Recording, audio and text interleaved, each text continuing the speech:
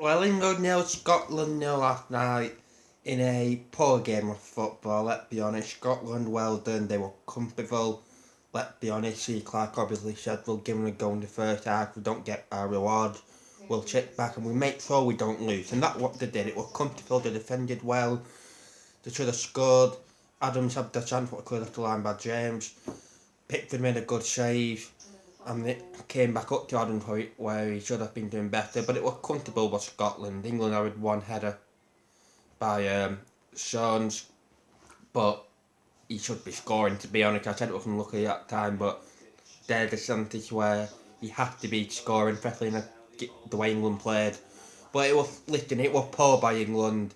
I said in the last game, I never got nervous about Croatia scoring equally last night, and I got excited about England. It was nervy, it was tense, and took a really lack of character and lack of leadership. I'm excited from Southgate. I mean, that team, I would say, was right other than Grealish. I'd start Grealish over Fordham because Grealish can drag people out. McTominay played well in that second half, but Grealish came on for 2 minutes. He dragged McTominay out and won a foul. Don't get why, don't start. The full-backs in the first half were attacking. They were very narrow, and Scotland had a lot of joy with the wing-backs, with the overlapping. I think Foden and Sterling and Mount didn't track the runners very well. He was too safe from Curtis rather than Phillips. The reason why Phillips was so against Croatia because he had that freedom. He was like a box-to-box player. He could drive. He didn't have it yesterday. Bit like Southgate. I think he got scared like Adams, and I think got Dumfries up front. The two strikers. I think he bricked himself yesterday. I'm had to protect the two centre backs in the box. I'm going to ask if you're going to do that. Why not play direct backs? But yeah, the tactics were wrong. And the should were Bashar Grill for Foden. I can understand people like me, but Foden, he looked a bit frustrating. His final ball weren't there. He weren't tracking back well, and I think Grealish bit of something different. Bringing players stronger, and they'll get more fouls, but we'll get more set pieces. And you might think that's a bit old-fashioned, but in a game like that, you need set pieces. The ball weren't great, especially in that second half. Mount Cornish was shocking. Rashford on Kane, I'm a United fan. I can tell you Rashford is not a striker verted to low block. He's not strong enough, and when I think the Scotland centre back showed that, they must be laughing their head off. I did Sherlin last night, brilliant against Croatia, shocking today, taking off, put Rashford off, Sancho come knocking the ball by Kane.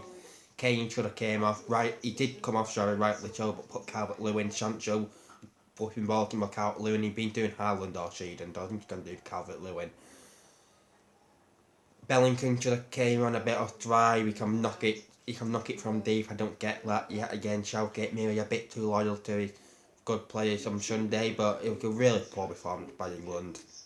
They were comfortable with Scotland, to be honest, and I hate looking at hindsight. I hate being a hindsight pundit where you look back at things, but that could be a make up the about Scotland because if they don't beat Croatia on Tuesday, they could look back at Wembley thinking we could have got something there, we could have won the game, but they didn't. We got to say, I think we got away with a point. I think it was the right with the show, but I think Scotland was the better team. I think they didn't do enough really front of goal. Pickford weren't really tested enough. I think he was tested once. It was a good risk, but I expect to keep to get that. But where do England go from here? One good performance, one bad performance. I always say, when you put in a good performance, you got to back it up. Italy, good performance against Turkey. Okay, they played well, so they had to go to the next game. They backed up, got two performances against Switzerland. Now people talk about possibly being winners. England, good performance against Croatia. Not a good one against Scotland. I said it take the pressure off Southgate. Now it's back on him. With his team collecting it, it's back on the players. We need our leaders, we need our characters. Now to dig in and say, you know what, that wasn't acceptable. We'll prove it wrong. We can't do anything about that. But in Czech Republic, we'll go in, we'll press. We'll scare them, we'll take every second ball, we'll play a high line, and we'll show what we're made of. We'll show our character. I always say in the league, if you have one bad performance, you got to back it up. You got to have a good performance next. You got to show goals. You got to say, okay, that wasn't acceptable. That wasn't good enough. But we're going to go in there. We're going to give it 110%. We're going to press everything. We're going to tackle everything. We're going to go in our first 20 minutes. Leave a name on. Leave a bit on them. Make them know we're there.